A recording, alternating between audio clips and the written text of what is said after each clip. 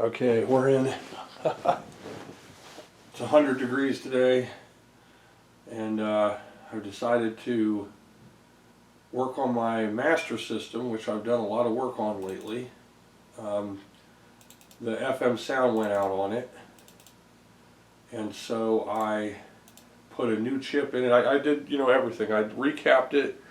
That didn't work. I put a new FM chip in it. That didn't work. I put a new op amp in it. That didn't work. Went through the resistors and stuff, started bypassing things. Finally I got it fixed. And it's just a big mess. So I'll be showing the work that I did to my Master System. At first I wasn't going to show anything because I thought this is just going to be a boring,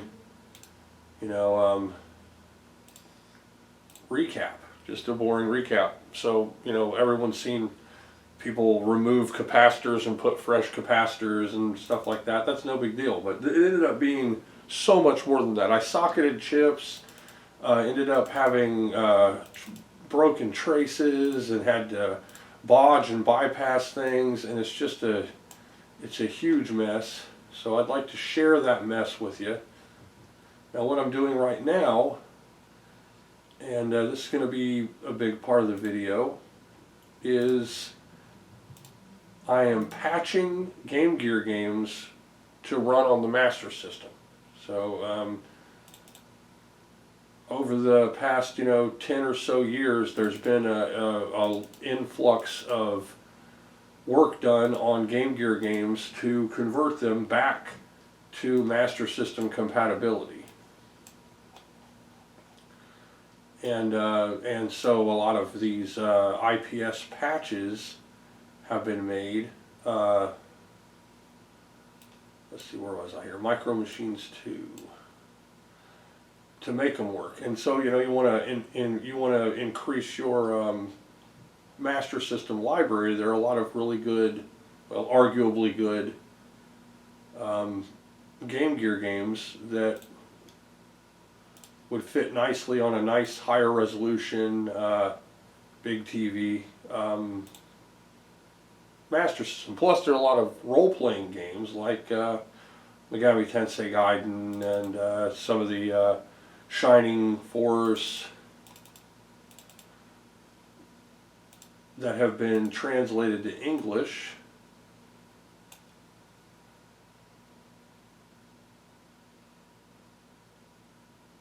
I don't know if this is the special one. Yeah, Last Bible Special. Okay.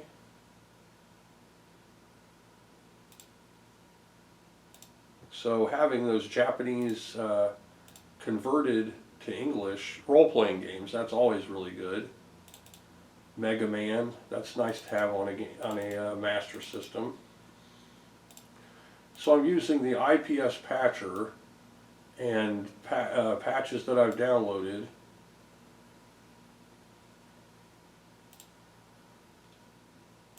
And what this is doing, it says files successfully patched. It's from SMSPower. People have done their work translating and then color palette adapting and sometimes graphically adapting or altering Game Gear games to work on the Master System. The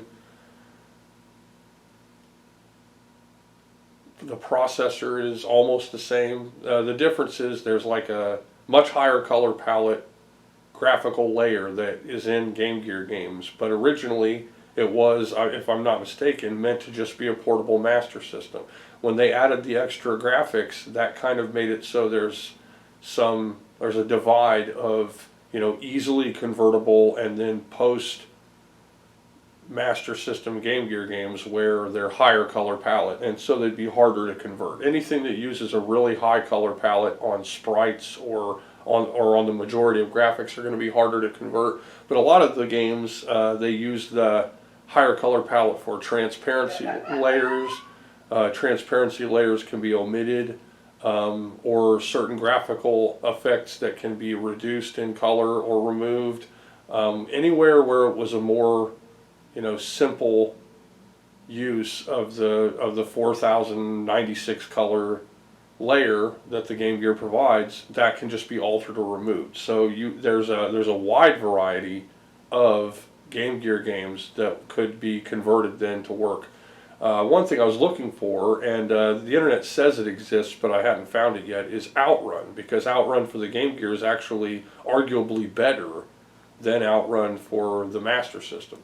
Now, the Master System I'm working on is a Japanese one that I've had for a long time. I've still got the box for it and the original controllers, light gun, and stuff, and that's because it has the FM chip, which is really, really good. The sound is great. So what I ended up doing, I'll talk about, I'll show some of the stuff I did here in a second, but right now I'm just running through these patches and turning Game Gear games into Master System games. So next is Magic Knight Ray Earth.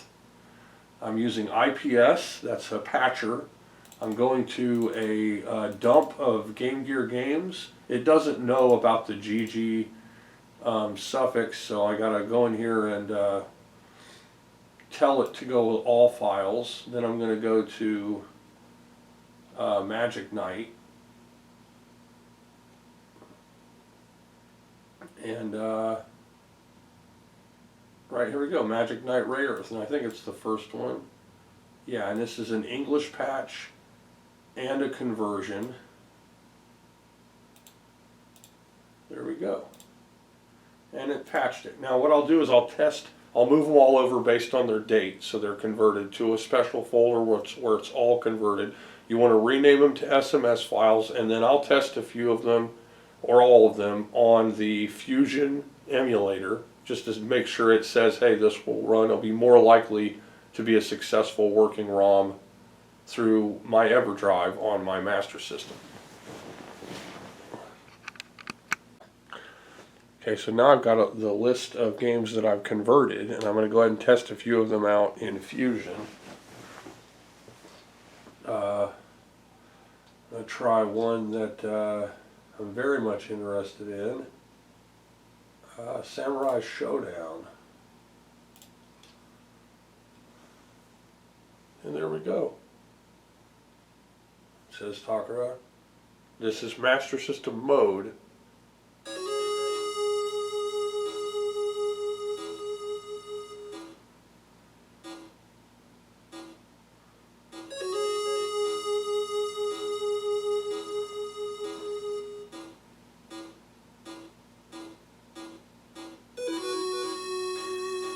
So, Samurai Showdown for your Sega Master System.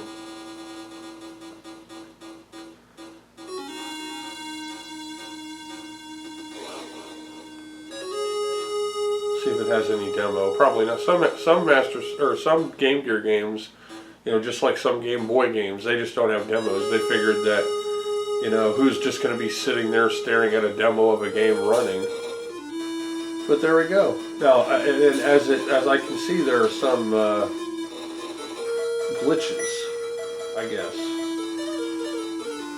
It looks like the sprites are good, and I guess maybe those aren't glitches. We'll see. I'll go ahead and try a different one real quick. Now I'm load Master System ROM, and let's try.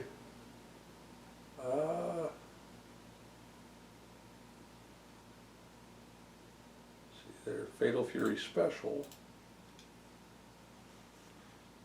Now, of course, with power-based converters or EverDrives with your Genesis, you can play Master System games. And because these games, likely no one did the advanced programming necessary to incorporate FM sound, you'll get the same results through a power-based converter or a Mega EverDrive or your Master System, US Master System, or Japanese Master System. They're all going to have the same sound, they're all going to work the same. Now, one thing about these conversions is because the Game Gear has a start button and the Master System doesn't, you're looking at a situation where they had to come up with a way to deal with that. There are basically three different ways that they dealt with the lack of a start button. I don't have my joystick hooked up here, so I don't think this probably won't even work. Let's see. there we go.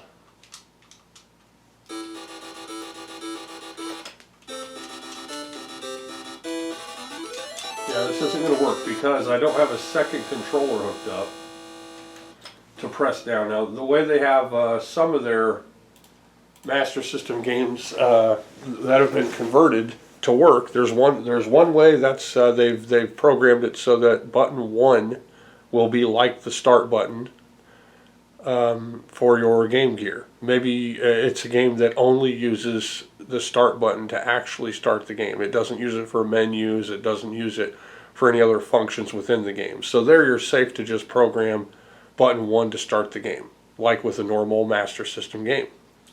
But games where maybe you use the start button, what they've done, a lot of them, is had a second controller where you press down. So you'll want a second controller plugged into your Master System if you're using these Game Gear conversion games, in case it's a game like a role-playing game where you have to press start to get to a menu, if that's how it works. And then in a few of them, very few, I think maybe 1 or 2 that I've seen, they've actually went the extra step of programming the game to function with a Mega Drive Genesis gamepad, where either A or start will function as the start button. And those are very rare. I think I've only, like I said, 1 or 2 of those. For the most part, it's going to be, you need a second controller plugged in, and you'll press down on that controller to press start. And then you'll want it sitting there in case you need to use start to access a menu or for some other feature within the game. The ability to have some of these really good games for the Master System is really tempting because it's kind of a not really too sparse, but it's a somewhat sparse library, and you can get picky and find the really good stuff. Now, games where a lot of color was used, so you look at maybe the Brazil version of Mortal Kombat, or compared to the Game Gear version, which has much more color. Some games where a lot more color was used, people are going to have a lot harder time converting them for the lower color palette Master System. But this really opens the door for a lot more varied, especially with role-playing games, where there were, that's really a kind of a small number of games for the Master System. Okay, so now let's look at my Master System. Okay, so here we have the main board, and you can see where I have went bodge crazy with this Master System repair. I can't afford a brand new or even a mildly used Japanese Master System. If you'll notice here, let's see if I can zoom in and get a look at this. And there we go. I'll go ahead and hit it again now that we're zoomed in. So, you can see I've really done some precise bodge wires here. And there have been a lot of lifted traces. No one warned me that when you have a Japanese Sega Master System, that they made these PCBs out of shortbread cookie dough. Okay, when I've never seen traces peel off of the PCB as easily as on this Japanese Master System. So what I've done though is I went a step further here because I figured I've got this thing open, I want to change things around. So I've actually added a couple of capacitors along with the total recap that it's had, and I've done a mod that allows the drums to be louder on the FM sound chip. And you might think, hey, that's BS, that sounds impossible. Well, that's wrong. The YM chip on here, the Yamaha FM sound chip, actually divides its sound into 2 sections, rhythm and melody. And the rhythm is all the drums, and the melody is all of the whistly, tooty, organ sounding melody music. So, what's been done here is, I'll go ahead and get this up out of here real quick, is I have, okay, we'll go ahead and look here. Now, here you can see this is actually a It's an EPROM. This is a erasable, programmable, read-only memory chip. Okay, and that's what the little smiley face sticker is for. Is there's a window here. It's a windowed EPROM, and this is a 32K chip. Okay, now it's I think an 8K ROM. So I have flashed a 4 times combined Master System Japanese ROM, and that's what's on here. Because I wanted to test to see if the ROM was corrupt. And it wasn't, so I actually have the Japanese ROM chip. I might even sell it just for fun. Just sitting here. So this is actually the original Sega Master System Japanese ROM chip. If you'll notice, the FM chip is piggybacked. There are 2 of them on there. Okay, and they're actually soldered together. And then over here, the op-amp chip, right there, is also piggybacked. I noticed that by piggybacking them, it eliminated any static or any kind of problems that I was having. Okay, but something happened recently, and I think it was from mild shock. I've noticed that the main cartridge port is really catchy on this system. So when I try to remove a cartridge, there's a lot of force. And I think something got loosened. And so I'm going to look over all of my baud wires, look over the entire thing, and just kind of see what may have gotten loose. And I learned more than I ever wanted to know about the workings of this system in going through it, because the FM chip became a real hassle to deal with. So nearly every process, nearly every connection of this FM chip is somehow bodged to the place where it goes on the board. And what ended up needing to be done was a really important bodge that bypassed one set of resistors. So it really was just a couple of resistors and the pathways to those resistors that had gone wrong. And I remember I changed the resistors, I removed them, put them back, and it didn't fix anything. So so I had to bypass them. And that's actually these 2 white ones here are bypassing, and this was what ultimately reactivated the FM rhythm sound. I had FM melody, and then I noticed that the rhythm was so quiet that something had to be done. So when you hear this running again, you're going to hear FM sound with, in my opinion, more balanced, louder rhythm. And I like it a lot. The drums sound super good on this FM chip, and you don't get to hear them enough. And it is a, well, it's talked about for roughly 30 some odd years. The Japanese have either modded, changed around, or adapted the system to be able to adjust or have final adjusted volume of the FM chip because of a lack of rhythm. Now, one thing this system does do, though, because of this change, and this was also a problem people complained about in the early days of the Japanese Master System, was it has louder FM volume than PSG sound. Now, the FM chip handles everything when it's running. And so I've noticed that the louder rhythm section actually makes the sound effects sound slightly better too. And that was a complaint a lot of people had, was that the sound effects weren't as good in the FM versions of the games. I feel that the FM versions are always better. I mean, no matter what they are, that if you're getting FM sound, it's just better pretty much all around, no matter what. So this system has been totally recapped. All these capacitors are brand new, and I noticed that the capacitors I took out of it really didn't look like they needed to be replaced. As I kept them all, because as I was running through this, I just realized none of this really seems wrong. Nothing seems like it's actually really fixing anything. So yeah, I noticed that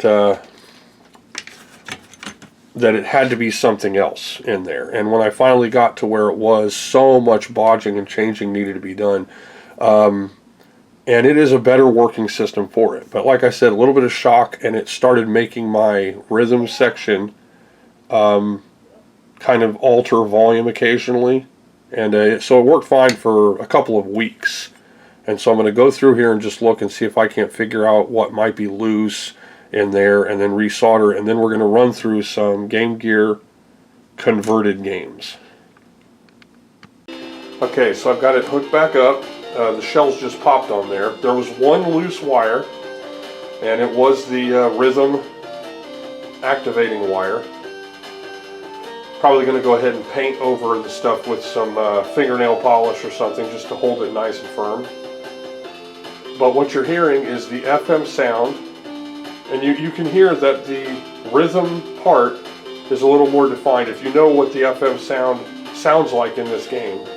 This is a modded Phantasy Star, Japanese Phantasy Star. Somebody took the Japanese Phantasy Star game and then translated it to English. That way you can have an English translated Phantasy Star with FM sound, because they removed the FM sound from the US version of the game for fitting in the language.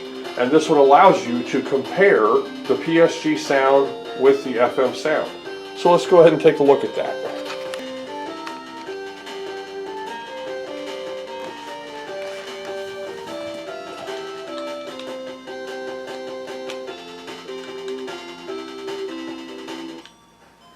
Now you can hear the volume discrepancy. There's your normal SN76489, the PSG noise chip.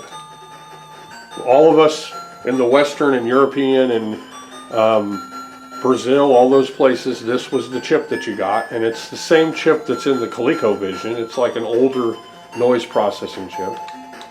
So let's hear.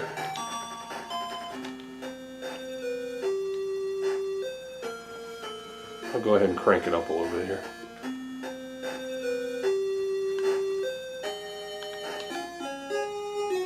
I really like the church sound.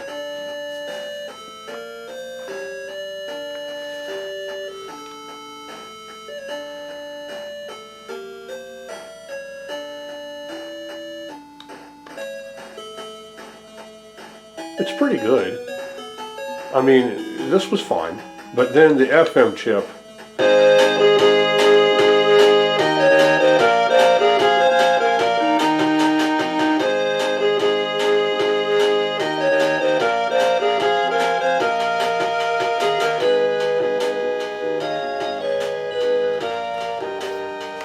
You can hear the drums,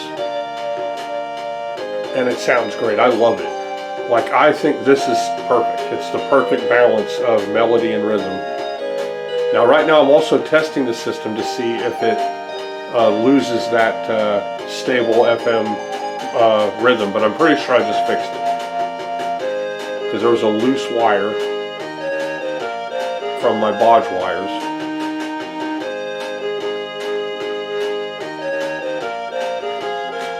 Okay, so now let's listen to the church.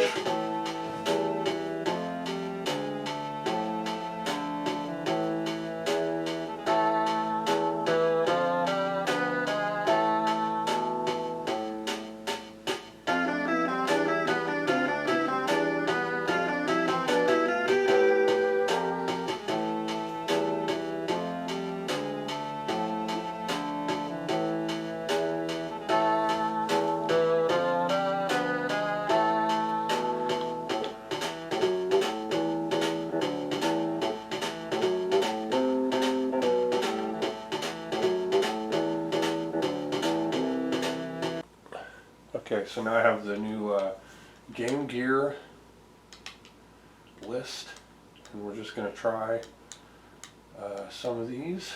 I think I'll go ahead and try Samurai Spirits first. And we'll just see what it does. See if it spits it out or if it works.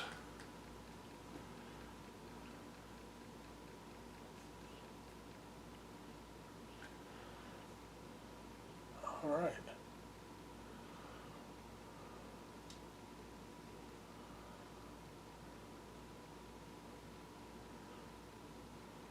All right, it seems to be working.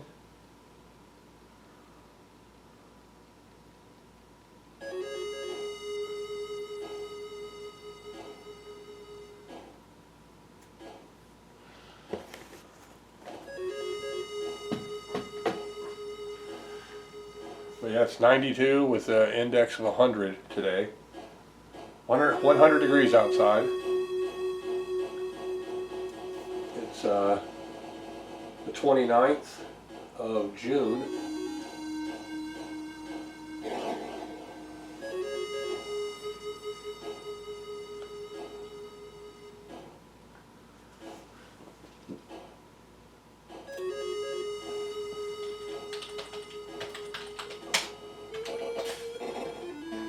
And that has some edge of the screen problems, but it does not have the errors that the emulator had.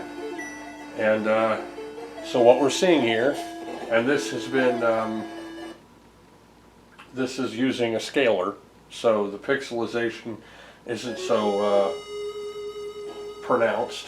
I'll go ahead and change it to pass-through so we'll see a more accurate representation of what you'll have if you don't have a scaler.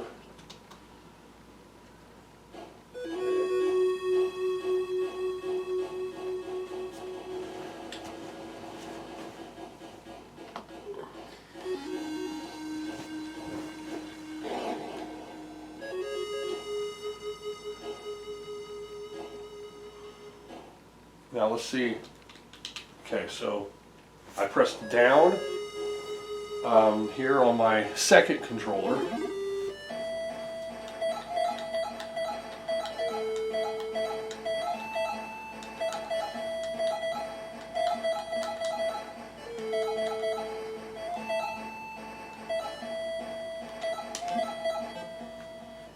And of course, the first person I fight is myself.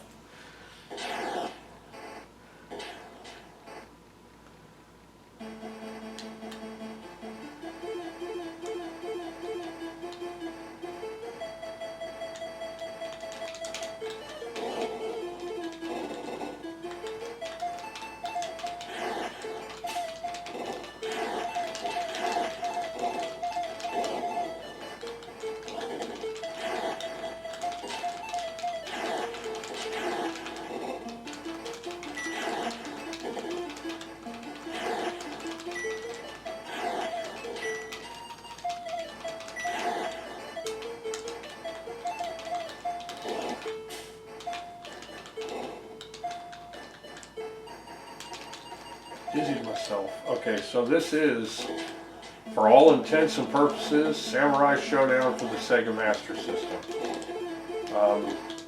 I think it looks pretty good. It's not 100% perfect, you know, obviously. There's a little bit of an edge tile catch-up going on. It looks like, for whatever reason, the computer is like not getting damaged by my attacks.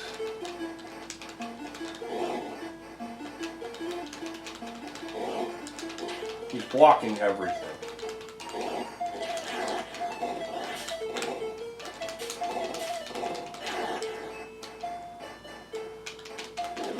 There we go. It looks great. I mean, it looks like really good graphics for a Master System game. Alright, let's try another game. Now these Game Gear to Sega Master System, this is just your normal dump download of all of them that had been recently converted, I think within probably the past 10 years. And then there are newer ones. So the newest ones are really the ones to look for. So here we have just your normal run-of-the-mill, most commonly accepted conversions. But then recently, and these are the converted ones I've just done. Now Alien Syndrome is actually a different version of the game with larger characters and different layouts than the arcade version, than the Black Cart Tengen version, the Master System. It's the only one that looks the way it does. Let's go ahead and try that one out. There we go. Yes, again, down on the second player is start. And there we go. The time bomb is set. I'll just say it because there's no voice. Now here you go. It's a larger, see she has the leg animation. And she seems a little taller, a little less blobby, a little less super deformed. Oh wow, this is already an incredibly good looking Master System game. And the resolution, it just looks better than on a Game Gear screen. Pretty good sound effects and music.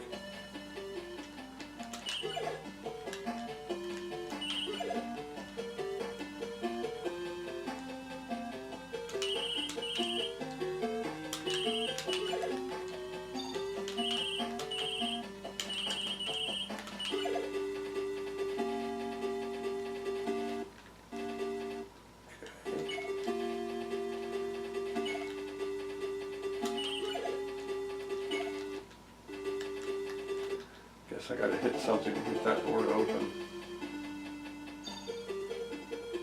There we go, I'll go this way.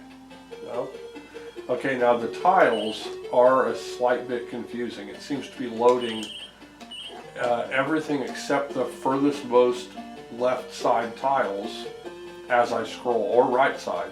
So you get kind of a catch-up effect where the accuracy of the far left or far right of the screen is suspect. It's not perfect catching up with it. I don't know why those doors aren't open. So it's more like the focus of the screen is narrower, almost like a fog, I guess. Kind of, if you can think of something like Dragon Crystal, or a game where you don't exactly see every bit of the screen all at once.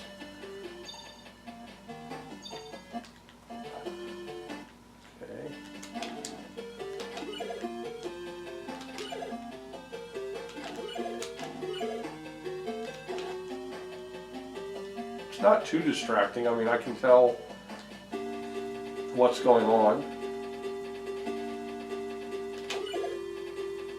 But as you can see, the tiles are catching up with themselves.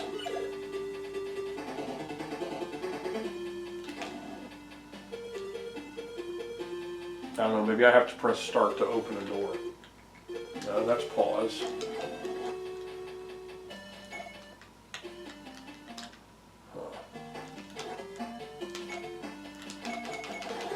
Oh, there we go. You blow up the door.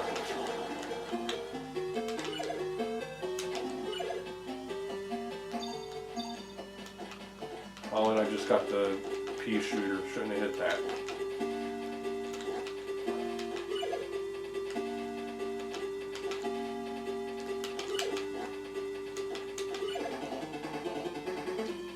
Fireball on here. Oh.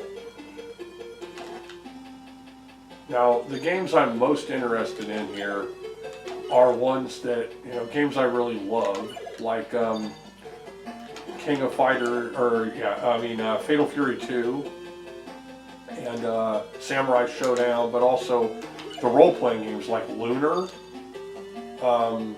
strategy role-playing like Shining Force.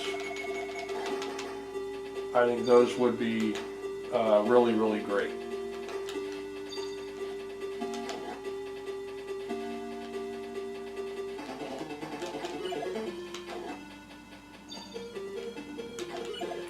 I think that's the flamethrower. Yeah. Huh. Kind of a throwback to Aliens.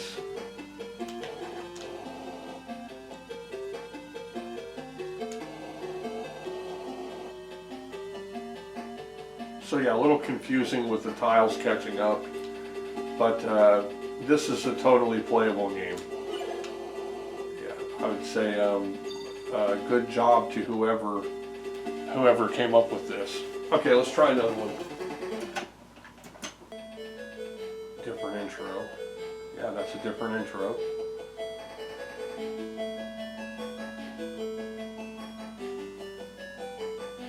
One of my favorite Master System games, Psychic World. I don't know if this is blurry or if the focus is good or what. I apologize if it's blurry.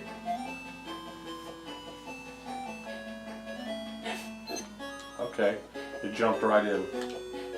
Yes. different graphics, larger sprite.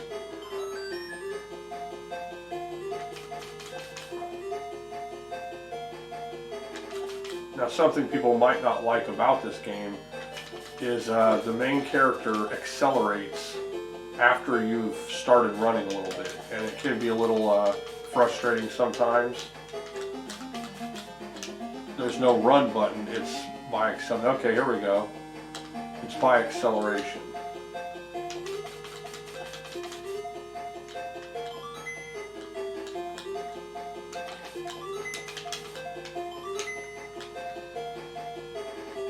Wow.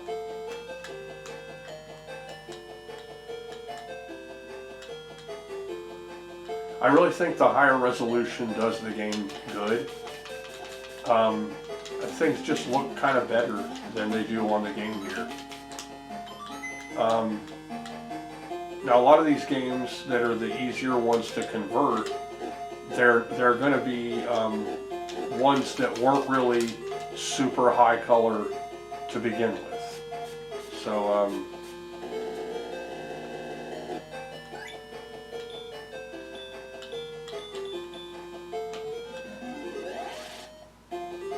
okay, that was not what I expected to do.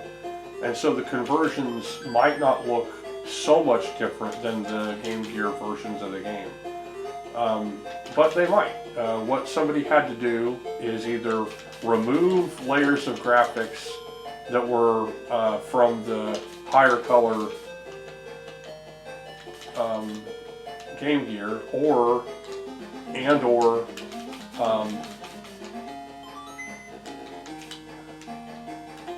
alter the color palette.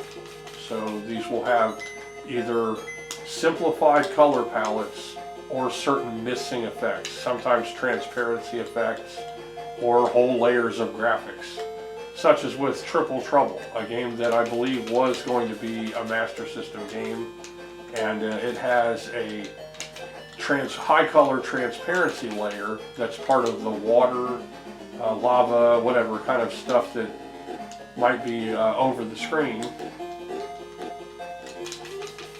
and they went ahead and got rid of that.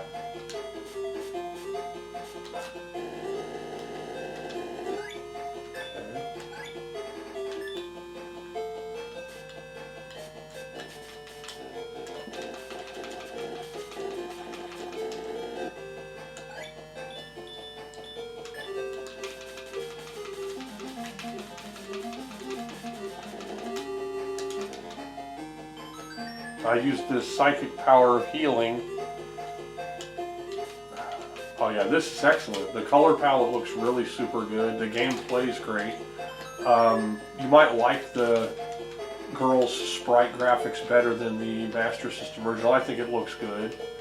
Now this is based on, if I'm not mistaken, a MSX2 video game. And it has its own graphics. Maybe they're more like this. So that's two versions of that. So we'll check out some more. Okay, now we've got the the Game Gear conversion of Streets of Rage. It only has Axle and Blaze. We'll go ahead and do a comparison between this and the Master System version.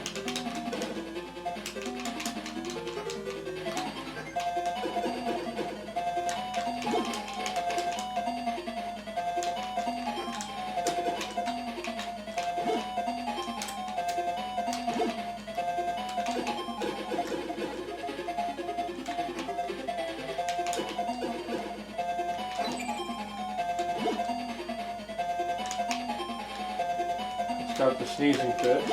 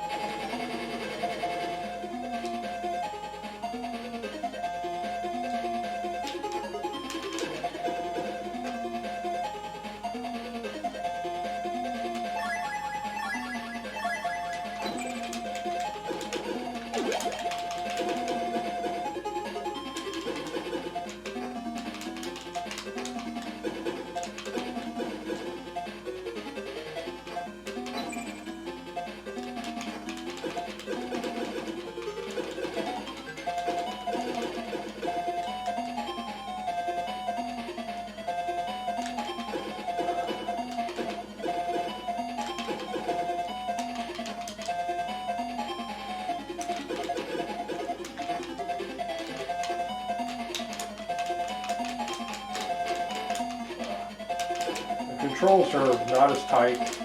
I'm having a hard time sometimes throwing.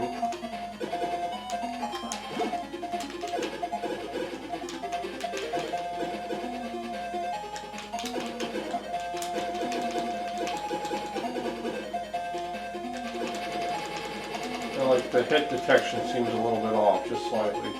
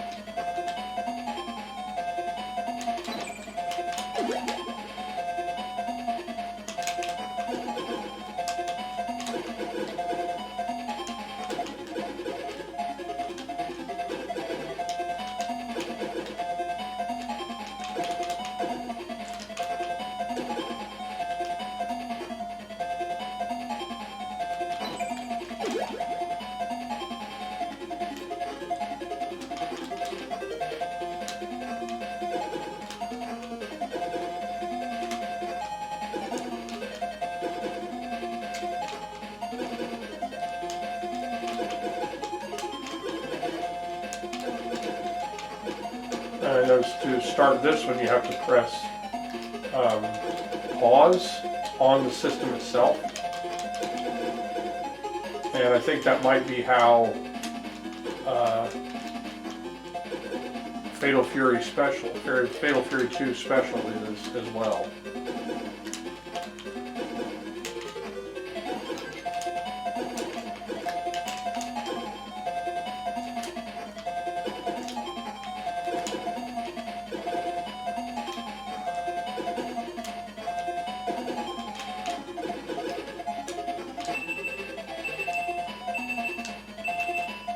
I think I'm about to run out of time.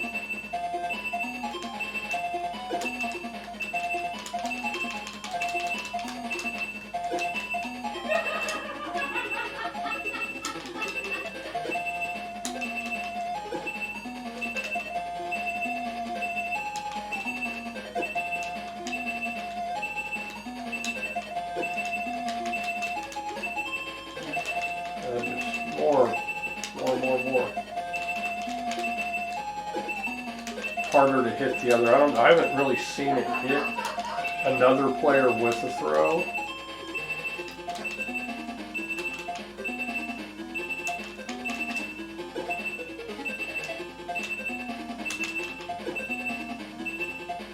Yeah, it killed me.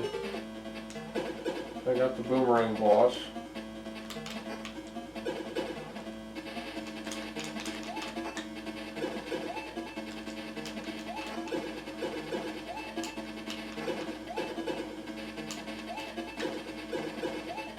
Everything's very little.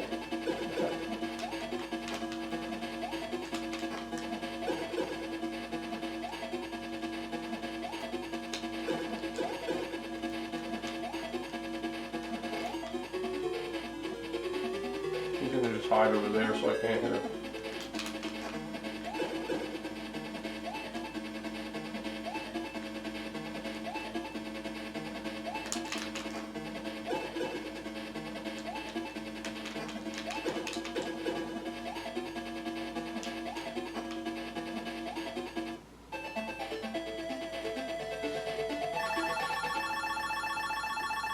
Alright, now let's check out the Master System version of Streets of Rage.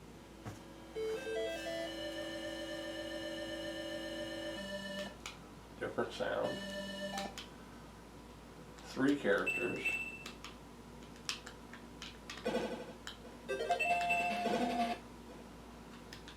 Same character. Okay, here we go. Larger character.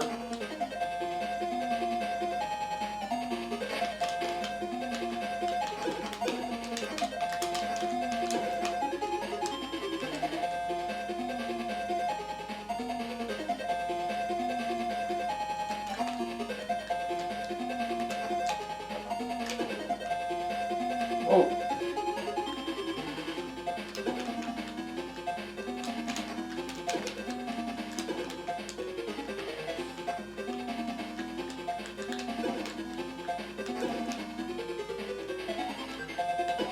Now you see the hit detection's kind of weird. I mean, I'm there, see? I mean, I'm like a whole person length away and still hitting him with the back kick.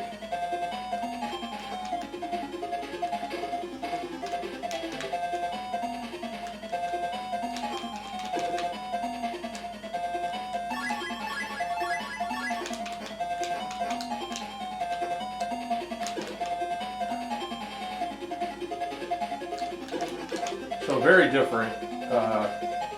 Enemies have a lot less hit points, it would appear. Oh, I landed. That's good. They were throwing me and I wasn't landing in the Game Gear one. To land, you press down and jump when you're thrown and you'll land on your feet. That's pretty much a trick with all Streets of Rage games.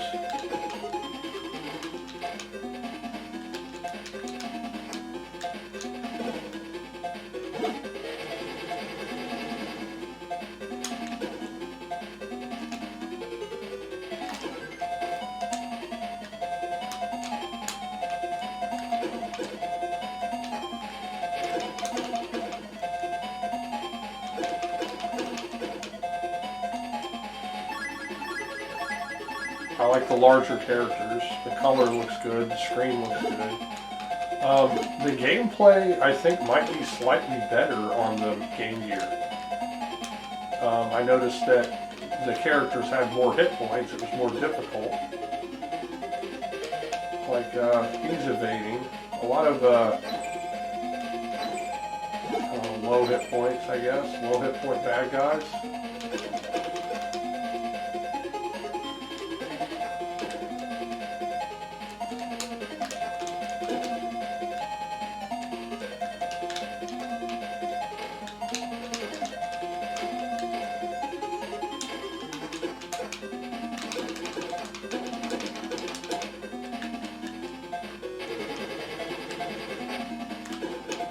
Can hit other characters with the throws.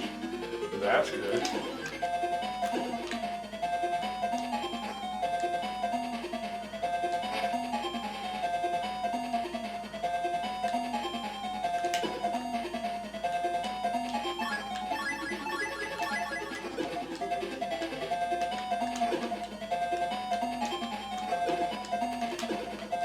I like the music on the Game Gear better. They play different. They're very different playing games.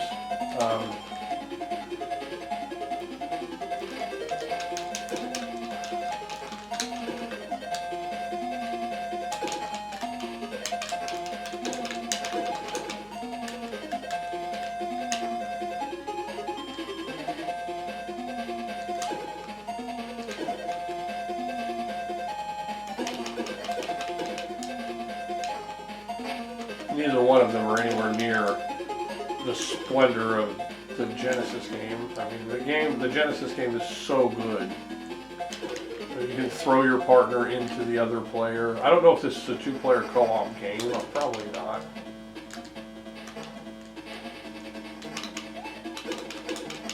I don't think he threw the boomerang in the Game Gear at all. It could have just been I didn't give him time to.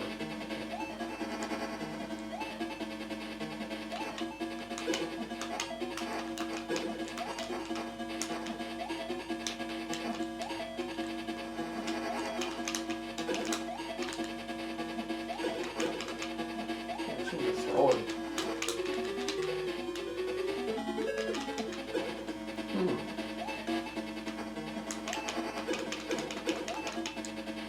I wonder if the pause button will like call the cop car and rain down fire on him.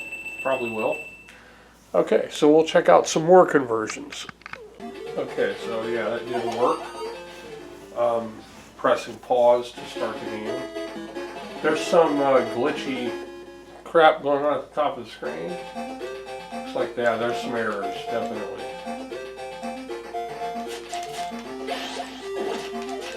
Basically, wherever there's no screen, there's a tile set going on. Controls are easy.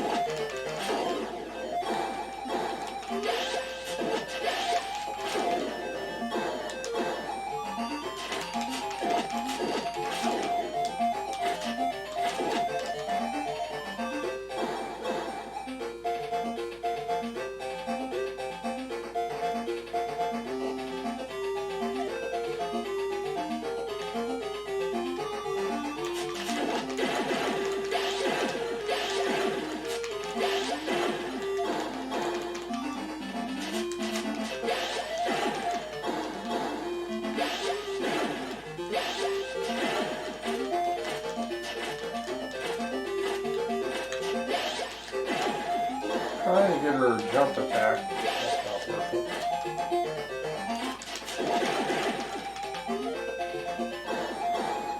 So I guess if I zoomed in on the screen, let's see if that helps.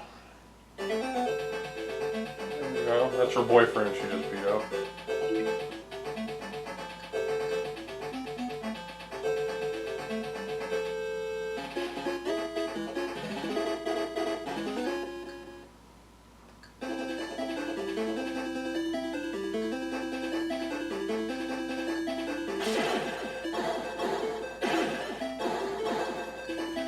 Oh, still bad. It cuts out the fuzz. The entire screen is visible, but it gives it kind of a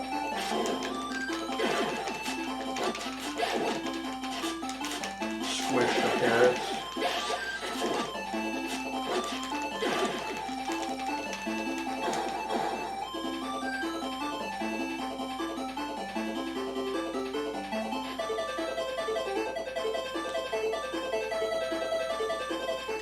I don't know if this is just the bad conversion. Maybe I was supposed to do the different version of the game or something.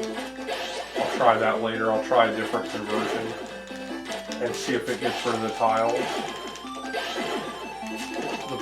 Gameplay is great. If I could just chop the top and bottom of the screen off to where all you see is where the graphics are, you wouldn't even know that there are errors. There are no errors in the game's actual visible screen there. Plays great.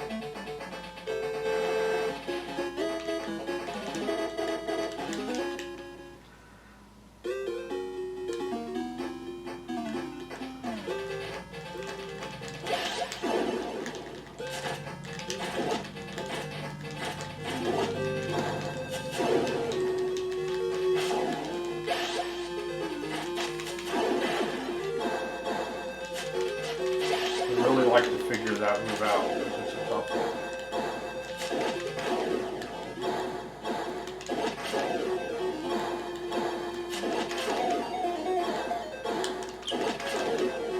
Seems like it's not doing damage wise.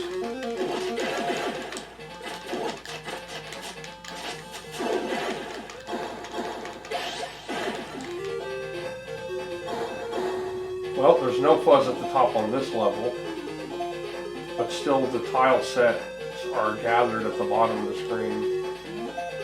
It looks great though. I mean, it's really impressive how they've got the animated background. It looks good, very frantic.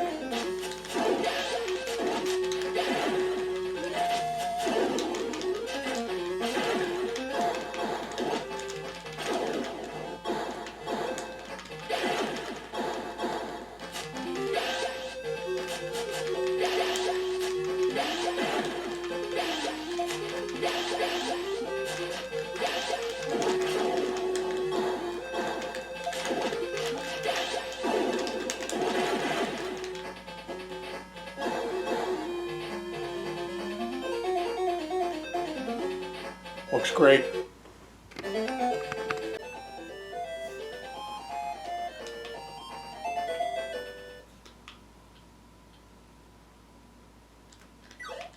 Galaga 91.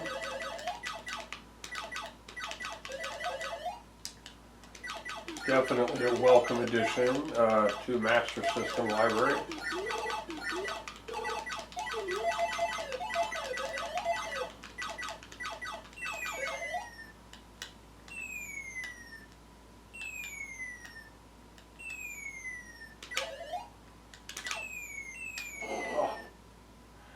See, that always happens. And now if I want to get the doubled up ship, it's going to be all the ships I have left.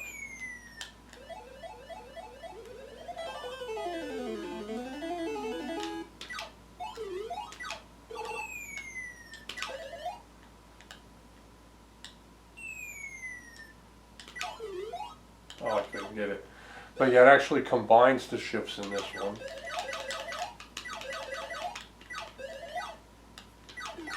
This one I think down was to start the game.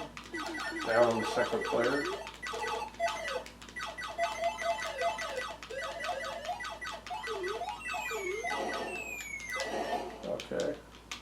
Looks super good. I don't see any artifacts. I think there's a visible lower color going on there for some of the sprites.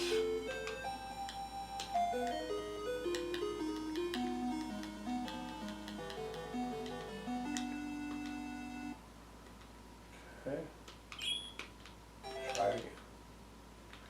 You can skip stuff. Okay, the B button, or the second button I mean, is pause. Also at start, that's probably what they did to make it so you could start the game. Since it's a one button game primarily, they cut that part out to make it so that you could easily start the game.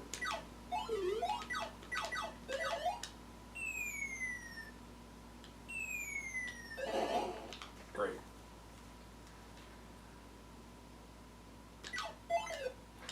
So you can tell it's slightly lower color.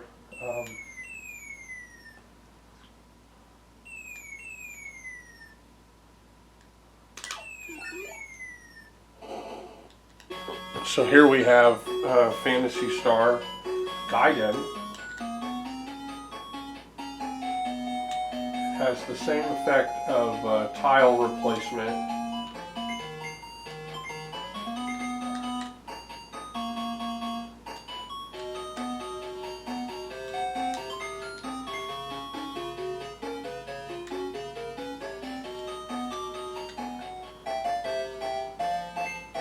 Oh, goodness gracious.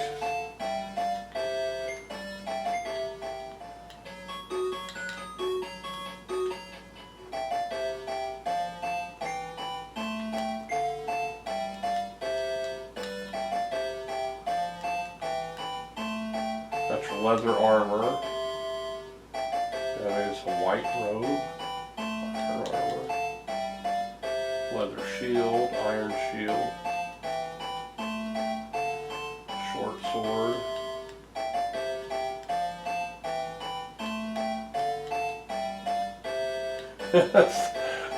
That's hilarious.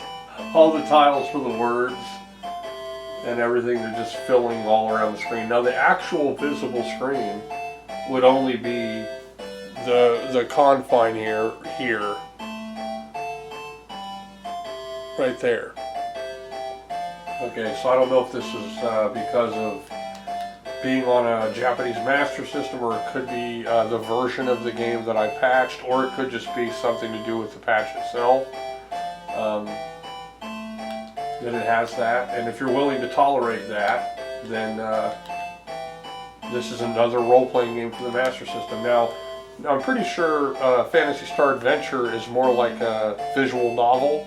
I don't think it's an RPG. This, though, and if you notice, a lot of the symbols and lettering and stuff have a Final Fantasy look and feel to them.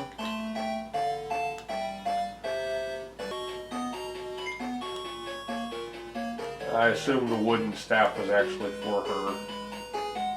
The light pendant, we'll put the leather armor on Alec.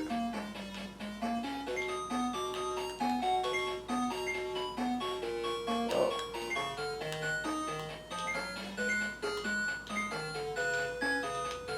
So I probably just wasted my money. Now let's see if it reflects this. Yeah, she has the wooden staff now. He has the short sword and leather armor.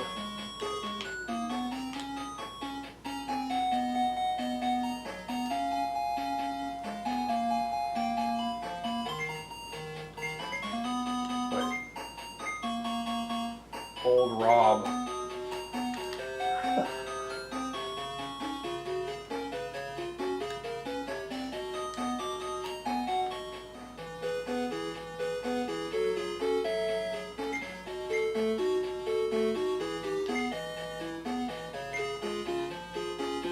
Whippersnappers. Find the scroll of truth, check the cave. So, okay, another role-playing game. Let's try out a couple more.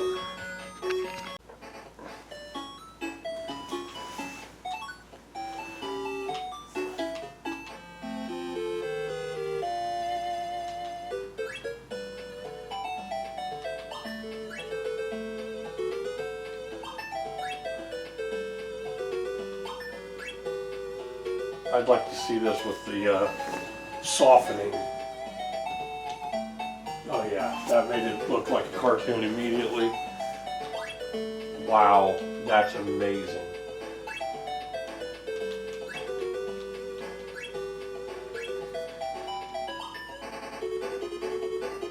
Okay, here we go. This is a next level conversion where, you know, and the game's graphics and everything, translation, this was, as far as I know, I don't think this was, I might be wrong, but I don't think this was a US game.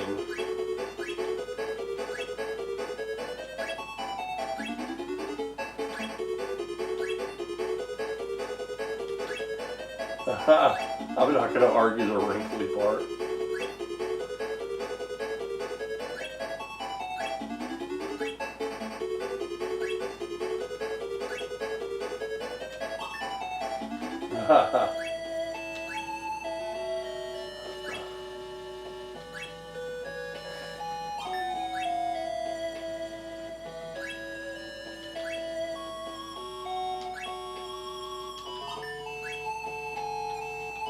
Okay, this one is definitely a keeper because this is a role-playing game.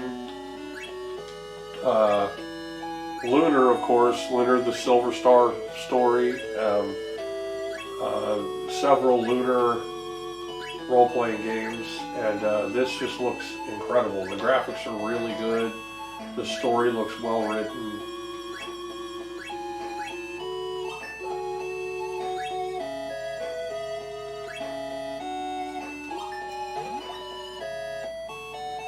Huh. Wow.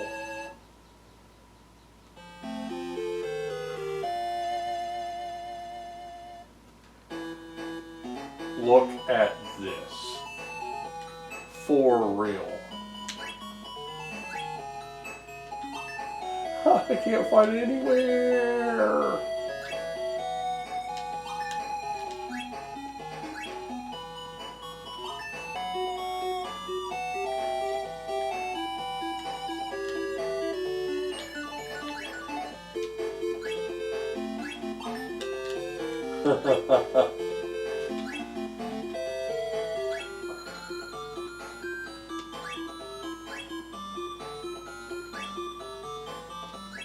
Ant.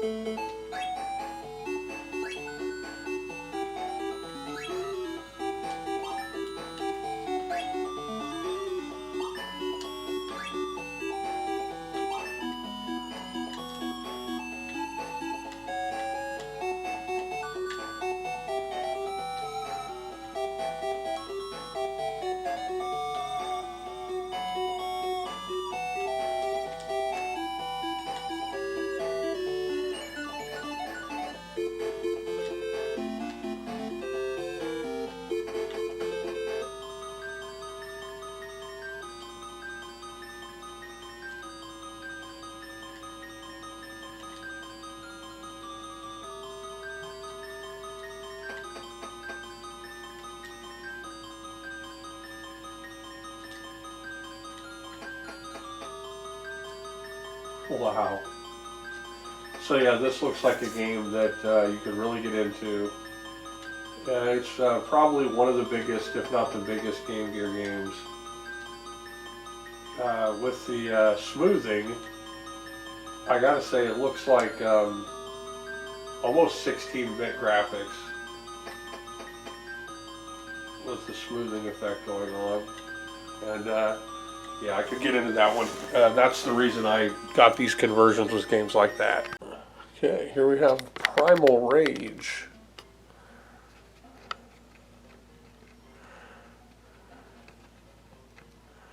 And we can already see there's some top and bottom screen artifacting. Basically it's just tiles. Now this is on in Mega EverDrive, Sega Genesis. Large graphics.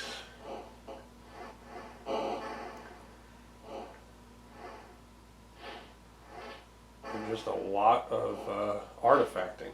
Now, I'm not sure what this would look like on a CRT. I assume it would be the same as what you're seeing in the square, but there's probably no escaping the artifacting on some of these games.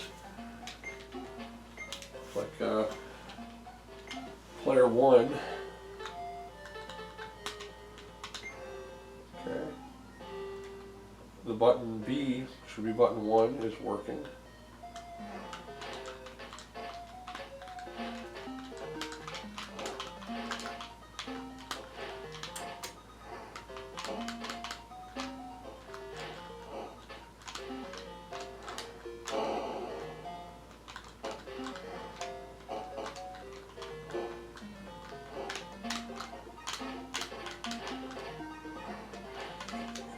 Gameplay is pretty terrible.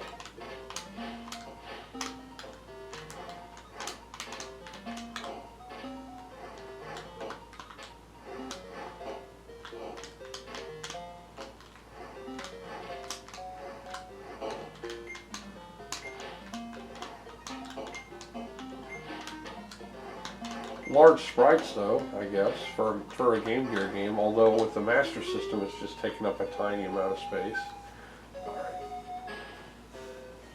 Try a different one. Now we have Zenki. Now this was a PCFX game based on a popular anime that was out at the time. Where you have one of these like religious girls who finds a demon boy, and he goes through a transformation where he turns like gigantic. He turns like, you know, grown up when he goes through his transformation. And I think you can pick who you want to play as. You might start off as the girl in this. Like there's no way to speed through this. Let me see. Okay, this is like a boss fight. Now in the PCFX game, you play as both the boy and the girl, and of course the graphics are really super good. I really wish the PCFX would have had a stronger presence. Like, I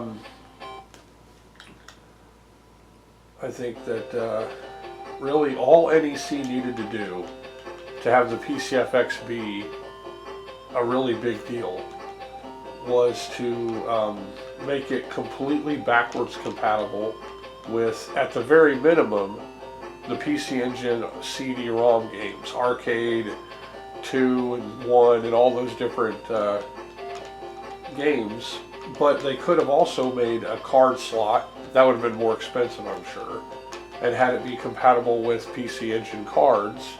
But you know, even if they weren't going to do the cards, just having backwards compatibility with the CDs would have made the game system a lot more appealing.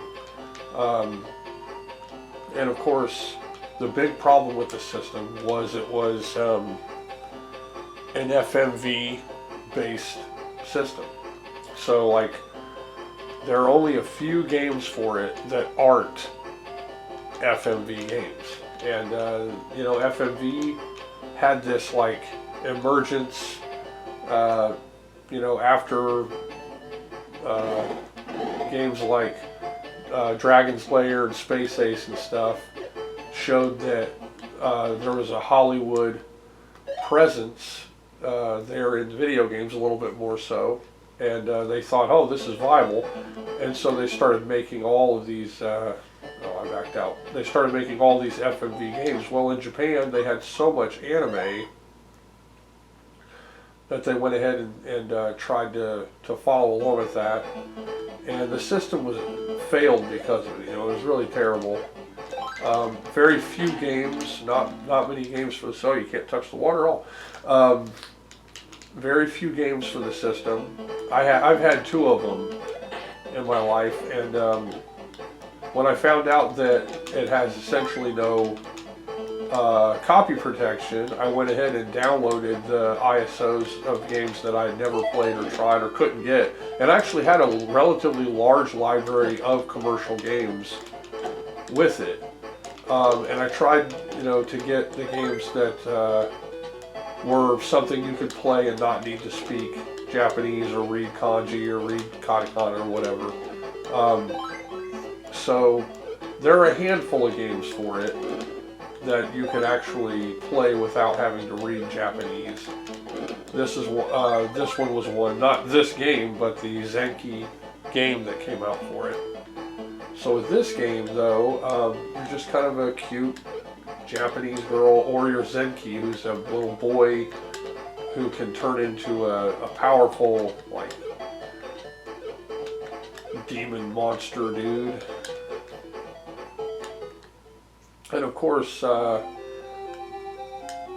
the Japanese stories, I really think that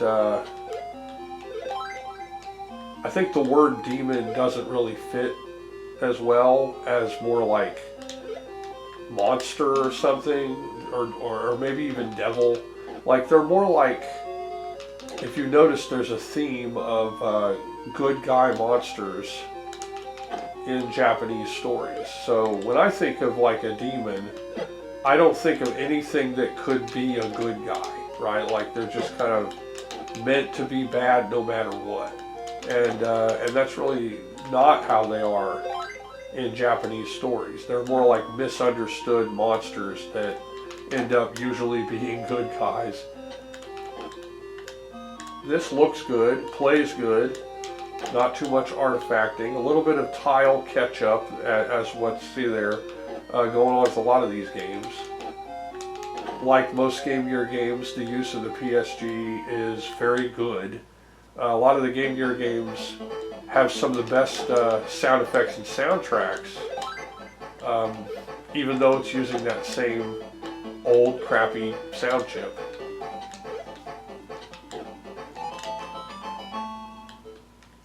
Okay.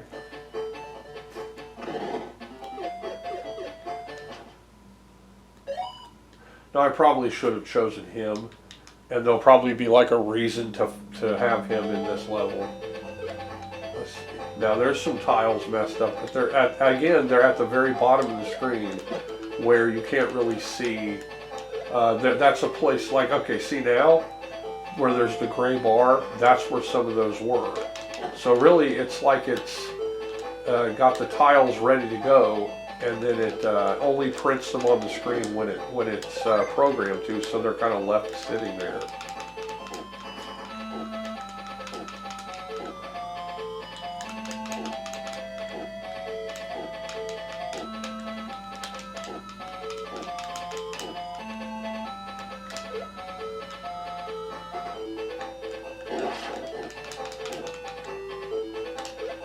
Okay, something's hurting me. Oh, I see. I can use that as a trampoline. Now, I like this game because it's got a cute character, and it's a good, kind of a fun-paced platformer. But Zenki doesn't have a lot of video game presence. It's not, super widely known or popular. I'd recommend looking up the PCFX game because it has extremely good graphics, like some of the best. It's definitely one of, if not the most playable PCFX games. Now, they have a couple other games that have some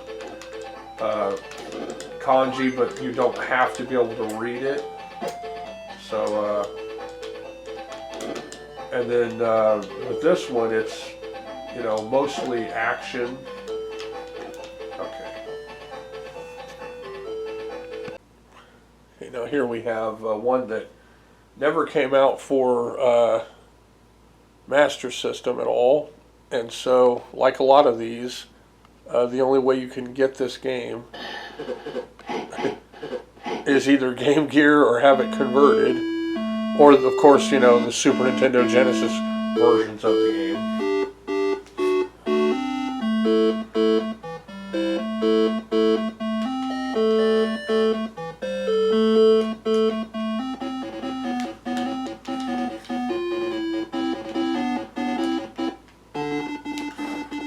There we go.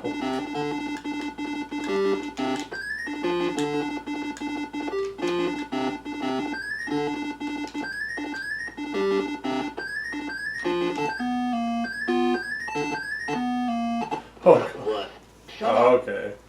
Now we can see some real color, the messed up color palette going on there. Also, pretty messed up tiles. Lard butt, shut up. The voices. So this looks more like, you know, work in progress. Whoa. Yes. Cool. There's money.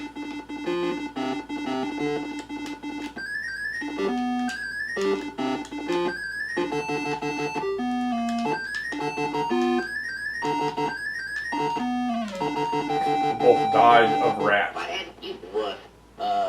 Shut up. So, okay. Terrible controls.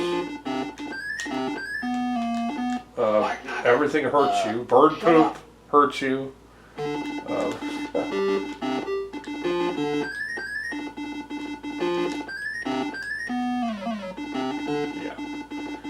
So yeah, still messed up. You know, lots of weird tiles everywhere. Now they're dressed like girls. I don't know what they're doing. Maybe beat each other with brooms or something. Wow.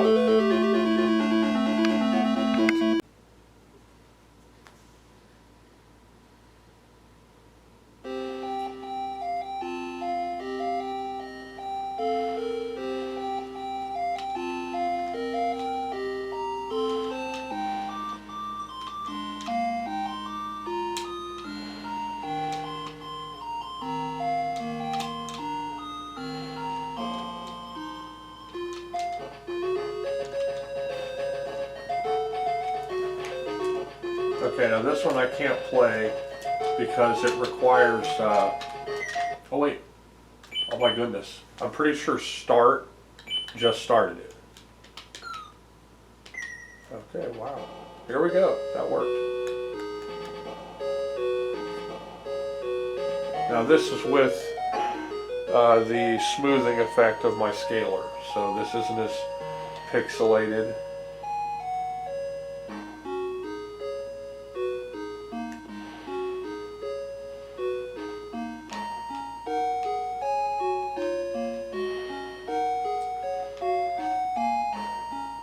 Wow.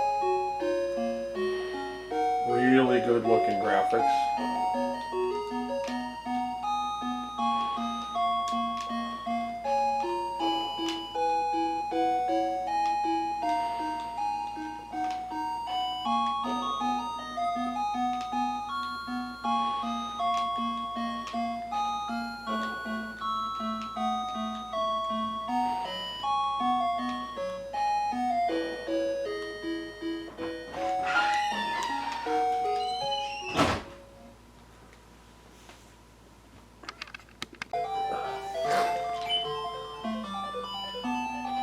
Okay, it looks like this is a strategy game.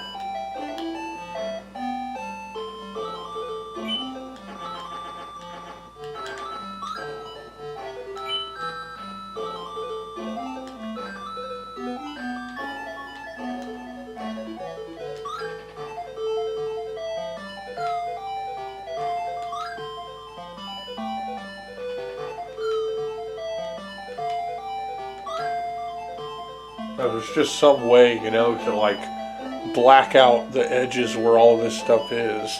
I guess you could zoom your screen somehow if you had fine control over your screen.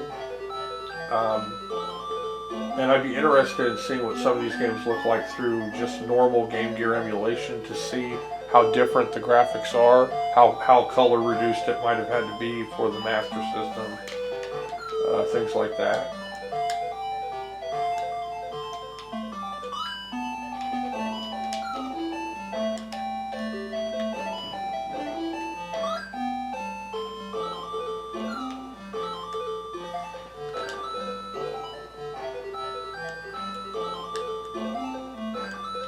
Okay, I really don't know what's going on here. I'm pretty sure I hit end turn. And, there we go. Okay, now they're moving.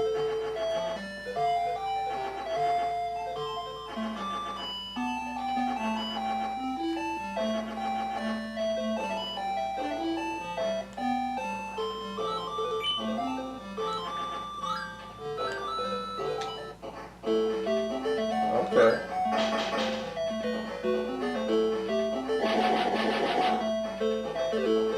Very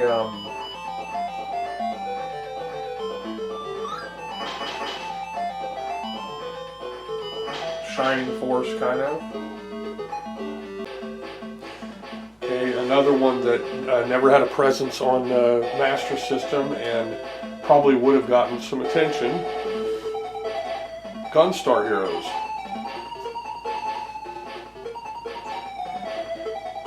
And Japanese text. Although I really don't think that would keep anyone from playing the game. And it does look really good.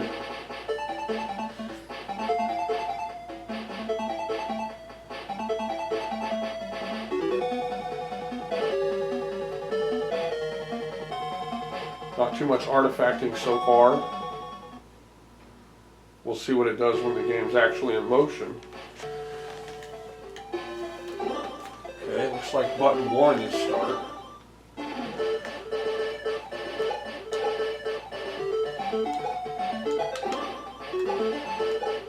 I don't know what any of these things do.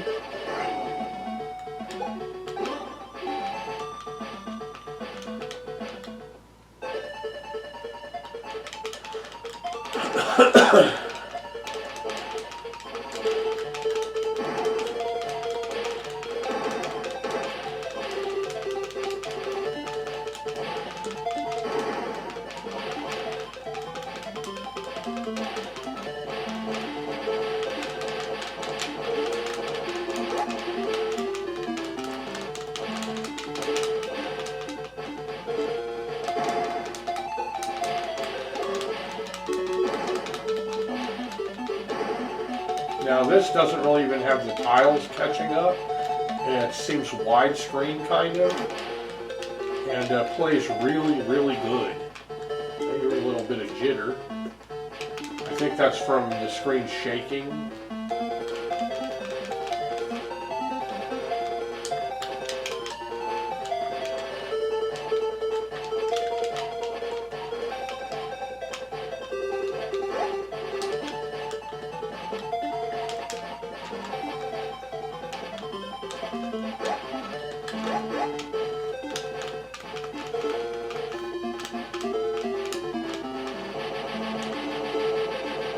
Wow.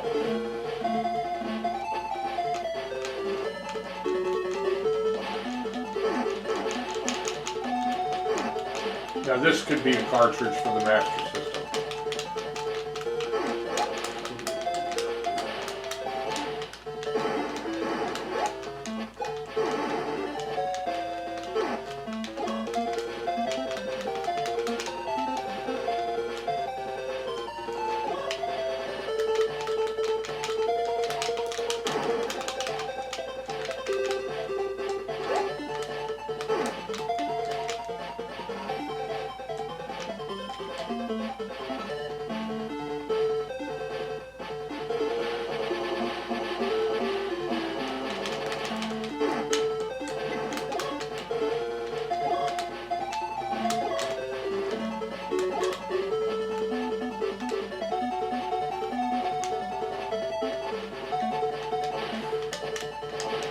A little bit of tile catch up there while it's scrolling up.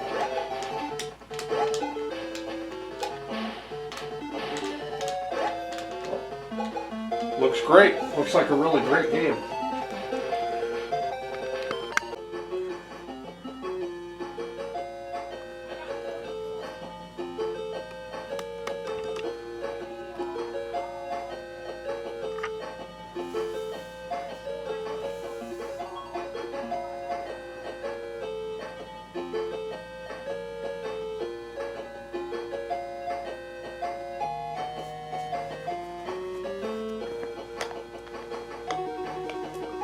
I know I've said this about 5 times now, but the way Game Gear handled PSG audio, I think, is overlooked. They really got a grasp over how to handle such a limited sound processor. This sounds really good.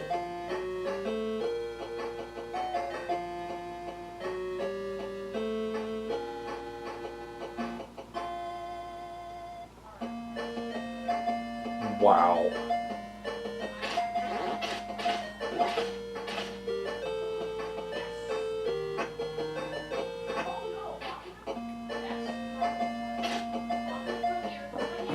Now we have the loose tiles at the bottom. We have the tile fill-in as you're moving. That seems to just be commonplace with these conversions. Gorgeous graphics, like just a beautiful game. Let's look at these graphics, just pixels, and we'll see, because this is softened.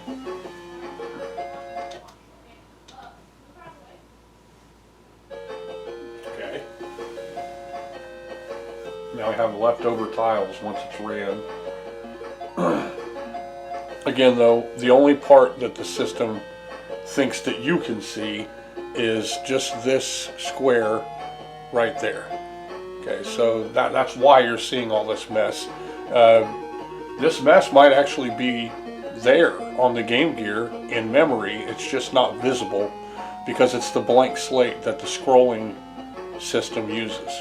So when the game is preparing to scroll, it will have tiles over here in this what would be invisible area, and then it puts those tiles on and then fills that area again. And that's what you're actually seeing when you play the converted game.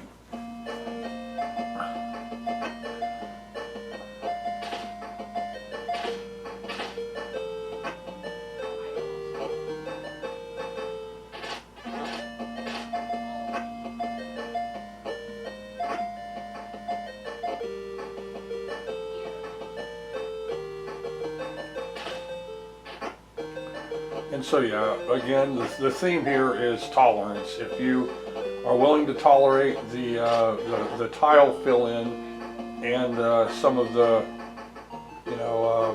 random tiles, what would be off screen. Now here we have a good image where you can see the corners. That's where the screen would here and here. That's where it would actually be visible on a Game Gear. So I don't know I don't know if somebody adapting the game could eliminate that. I mean, even if you alter the color palette, remove any dominating type of transparencies that the Master System itself can't handle, you're still going to be having to deal with the way the system operates in itself. And I believe that's what we're seeing with all of the loose tiles off the screen, is how the actual Game Gear is functioning. It would take feats of programming that are far beyond probably just what it would take to convert this. It would take feats of programming to eliminate the tiles being prepared there on the screen, or the errant tile mess that happens around the border of the screen.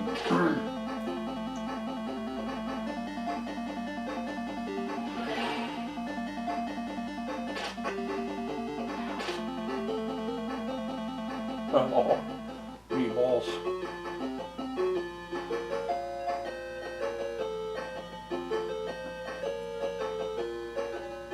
All right.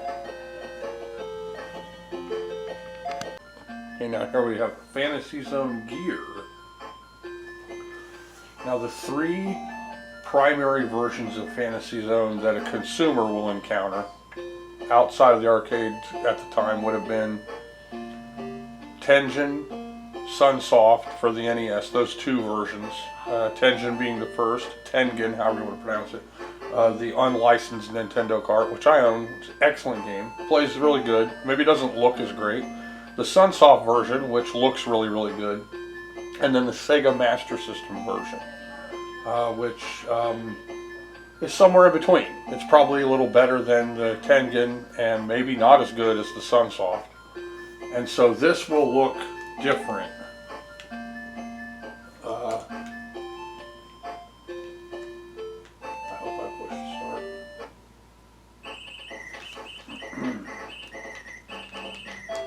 Yeah.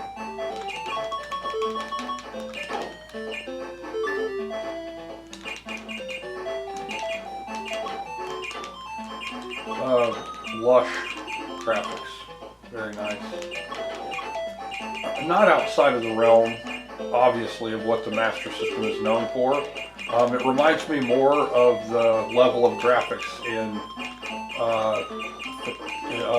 Fantasy Zone 2, which had a more cartoony presence.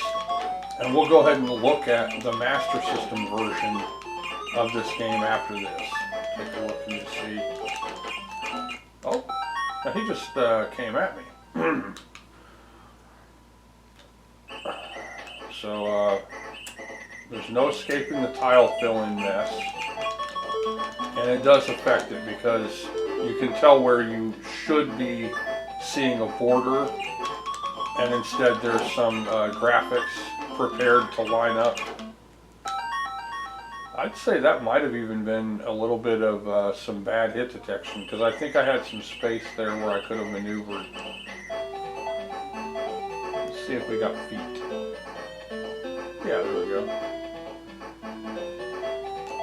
Now your character's name is Opa Opa, which if I'm not mistaken, in Japanese is Papa.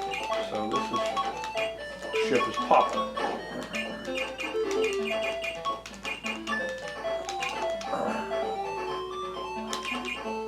Goodness gracious, very difficult. I think I'm being distracted by the extra tiles on the sides of the screen.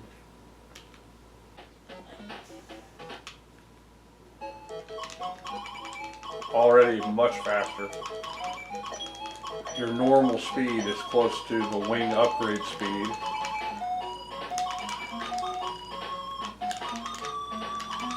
Graphics were better on the Game Gear version, but I would say this is infinitely more playable, with more intuitive controls.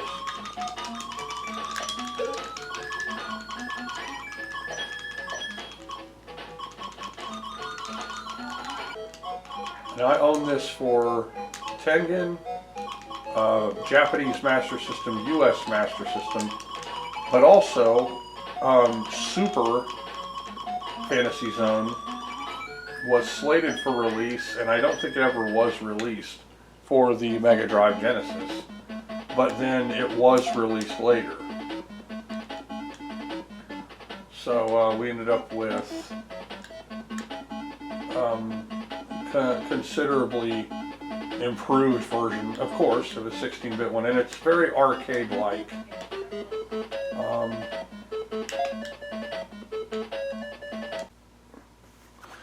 Now we have Bust a Move.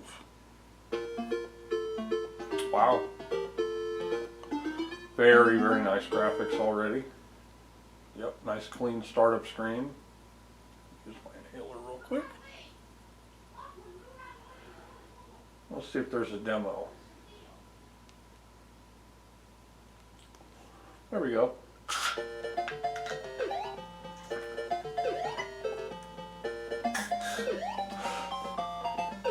Very nice. No errant tiles. Now I don't know how many of these games had better remakes that are already out there. These were done using the IPS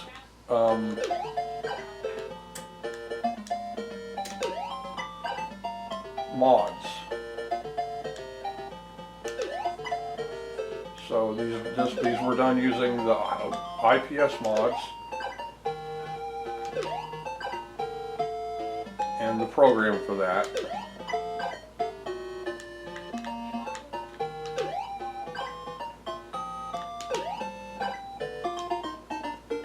Great music, really good graphics. Solid version of the game. Maybe even better than the 3DO version. Which was really small for whatever reason.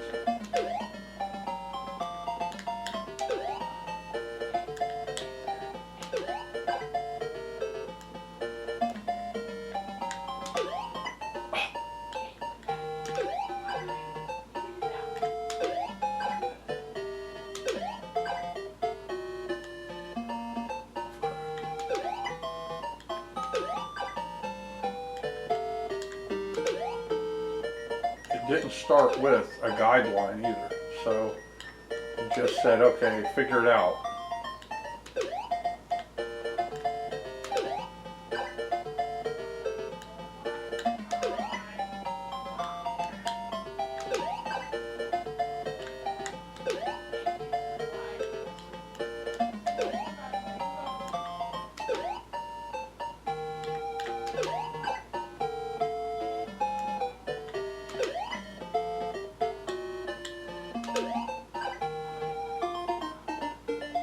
Great, beautiful. Again, a must-have.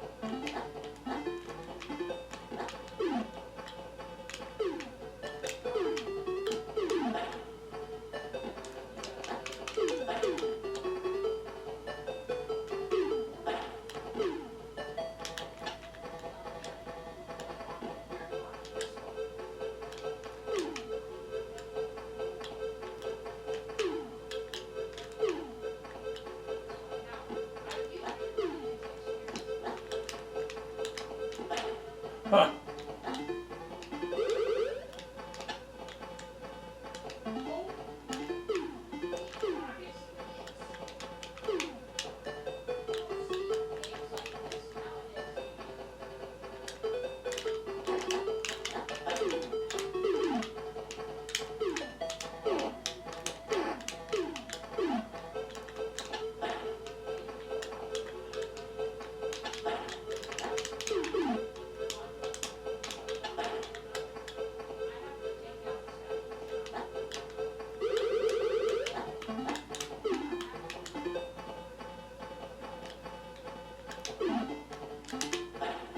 Wow.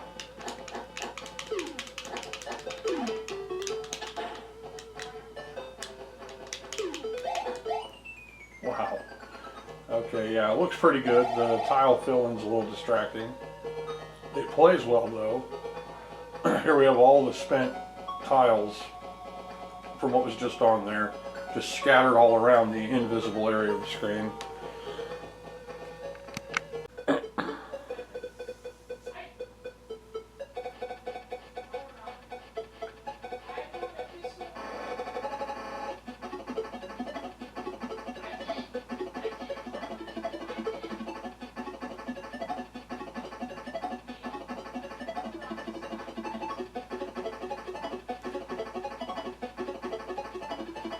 If you can watch this, you don't have epilepsy.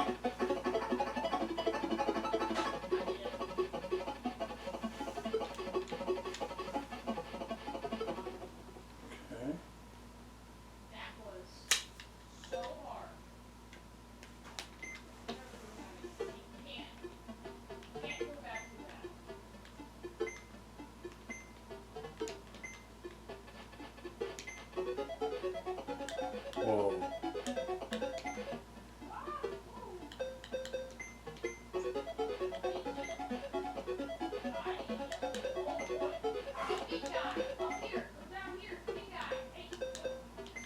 Wow, I have no idea what this is like a visual novel kind of mystery.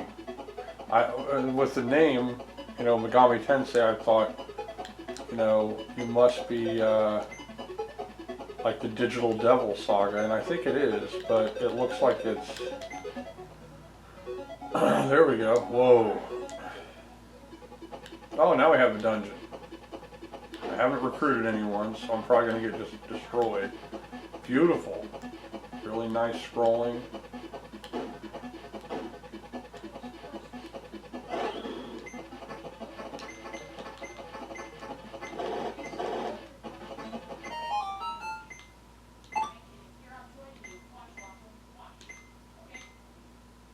I only have one person here.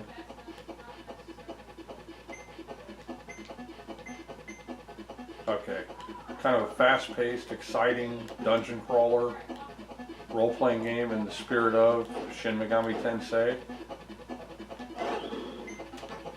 Oh, this guy's in this room.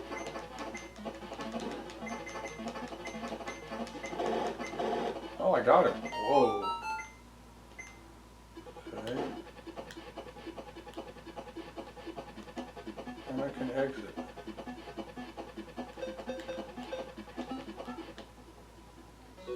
Alright. Now maybe I can go and recruit people, talk to people and stuff. Now this, I believe, is a complete translation of what was originally a primarily Japanese title. So a feat of translation effort, and it looks good. The animation's good, the color's really, really good. It'd probably be very fun to try to play through the game. That last game was Megami Tensei Gaiden, by the way. Probably a side story from the world of Shin Megami Tensei Digital Devil Saga. That came out for the Famicom, has been translated, and I would totally recommend playing it because it's really complex, excellent, high-level role-playing game.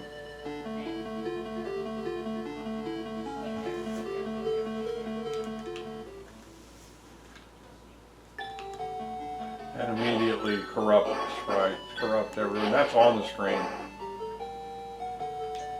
Actually, maybe not.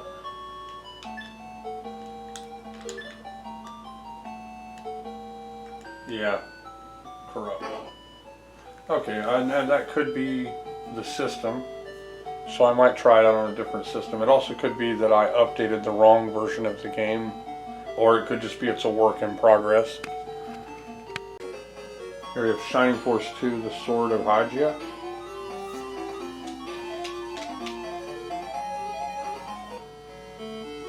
Oh, cute.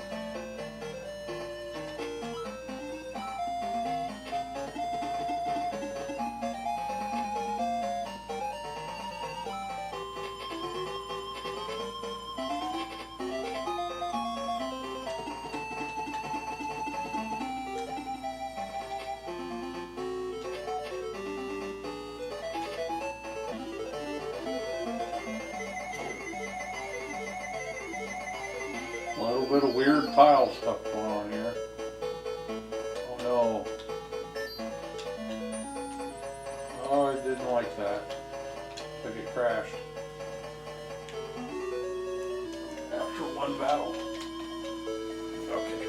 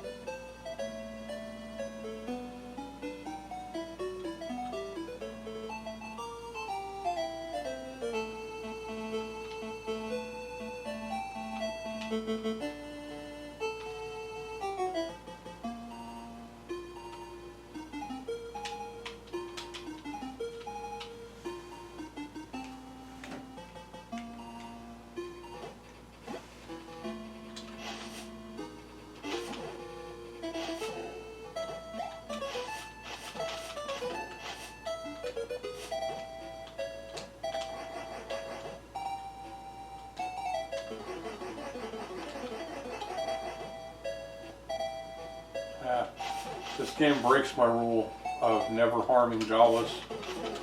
I don't like any video game where it depicts Jawas as violent bad guys because they actually never really are. Now there are some bad guy ones like in The Mandalorian, but those are kind of rebels amongst, you know, the Jawas themselves. They're actually mischievous, but primarily peaceful. They're just scavengers, and they're tricksy. You know, they'll trick you. They'll like sell you shoddily repaired stuff so that you have to keep coming back and stuff like that. You know, they're not necessarily good guys, so to speak, but they're definitely not bad guys either. I don't like Jawas being the bad guys in these video games.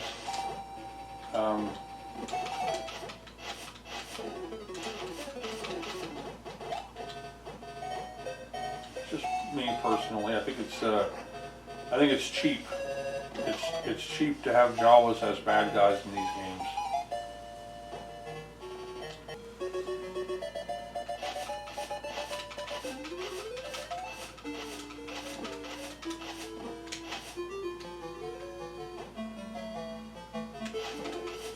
I guess I have to. It's a mid-boss. The eyeball is.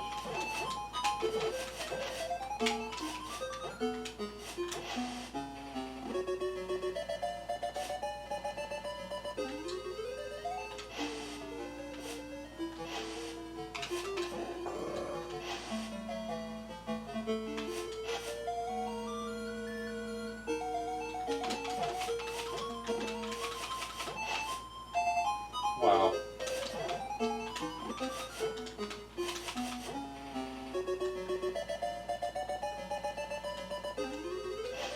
So yeah, I guess if you wanted to spend some time figuring this game out, it'd be worth it if you don't mind Jawa slaughtering. Okay, now we have a game that also never came out for the Master System, Madden. I think this is Madden 96, yeah. And I don't know how good this is going to play, if at all. Let's see.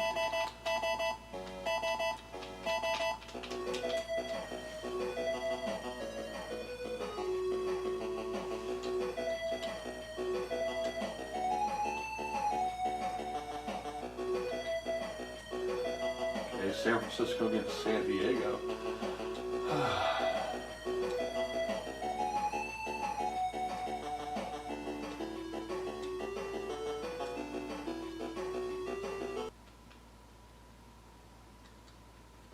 Oh goodness, why? It's a touchback. Okay. First down.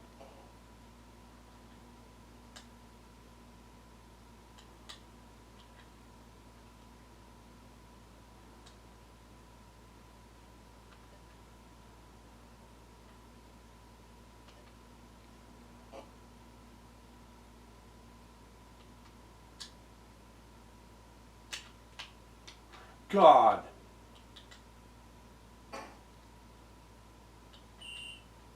Amazing. Did I catch it? A 12-yard gain.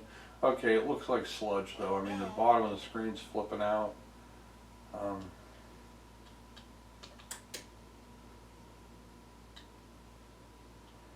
like to try to get screen. There we go.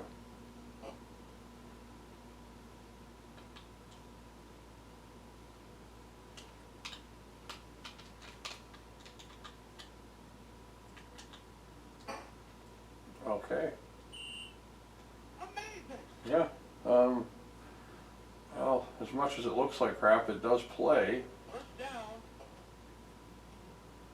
But it's, you know, shooting me in the eyeballs. So, there we go. There's also Madden 95. Okay, now I'm trying Moldarian again, only this time's on the Master System instead of the Genesis. And it doesn't have the problems.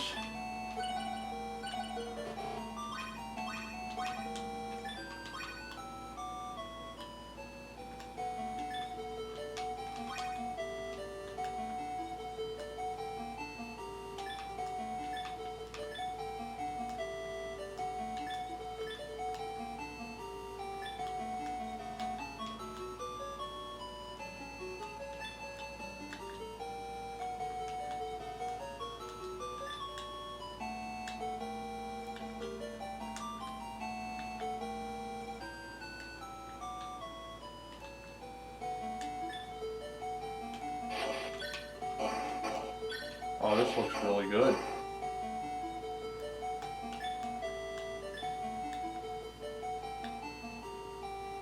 Wow.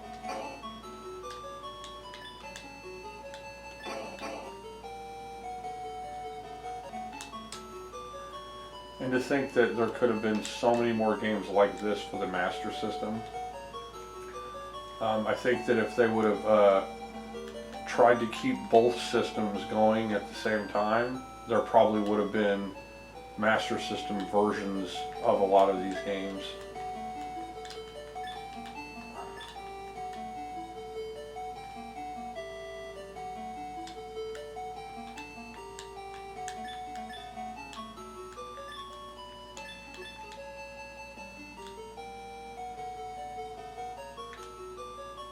Really great job with that noise chip.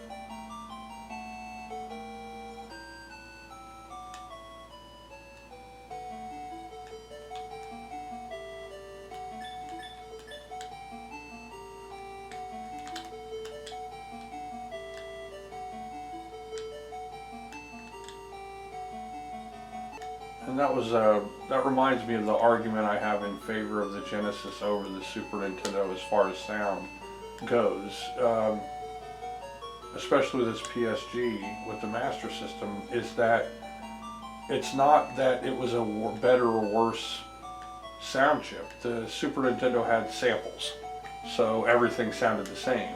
The Sega Genesis had a programmable sound chip, meaning that the sound quality was directly related to who was programming it. So if you had, you know, Suzuki programming it, then it was incredible music. But if it was just some new programming, then maybe it didn't sound so good. And that's really how this PSG is with the Master System. If you have, you know, a really great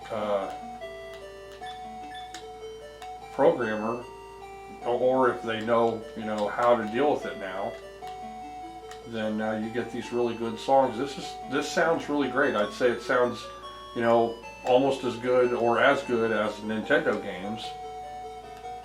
And most Master System games, especially the early ones, they just don't sound good. And it's the chip. It's a cheap chip. Kind of like with 7800 games, all they had to work with was that 2600 chip. They wanted to retain backwards compatibility, and Trammell didn't want to pay for the Pokey chip to be in the system, so they were stuck programming all their music with, you know, a crap chip. So it's really noisy, and That is such a bad idea. Just really a super bad idea to do that. In this case, the chip is better than what was in the Atari, of course, but it wasn't nearly as good as what could be done on a Nintendo. Maybe I need to go to sleep. So yeah, it'd be neat to give this game some attention. Really nice graphics, cool music. And I'm pretty sure this was Japanese Game Gear exclusive. Good to have games like this for the Master System. The past 4 games have been on my Master System, by the way.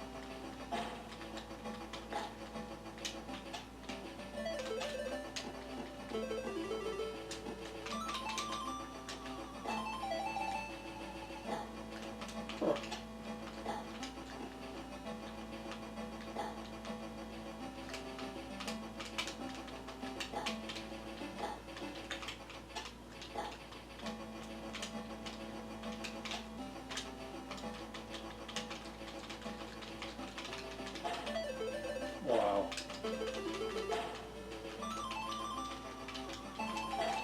I'm just dead. Anyway, the messed up tiles at the bottom gives the appearance of a crowd kind of looking back at you. Whatever. Cool wrestling game. Whatever. So really what I just wanted to show was some of the stuff that's out there, you know, more recently with Game Gear conversions. Just the role-playing games alone, I think, make it worth looking into. To have more RPGs for your Master System. Some of the games look really fun, like Gunstar Heroes.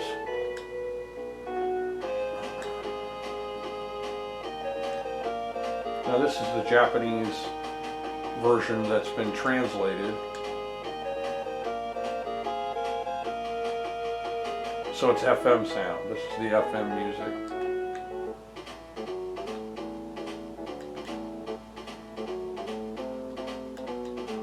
I don't know if that would be worth getting. So yeah, look into it. If you have an EverDrive for your Master System, or if you have a power-based converter, or a EverDrive for your Sega Genesis, then quite a few of these games would, you know, spruce it up if you like to play your Master System games on your Genesis or whatnot. But there's so many good Master System games that get overlooked, like R-Type comes to mind, especially with FM sound. R-Type with FM sound is excellent. This is Phantasy Star, a translated version of the Japanese game. So, you know, the better FM sound.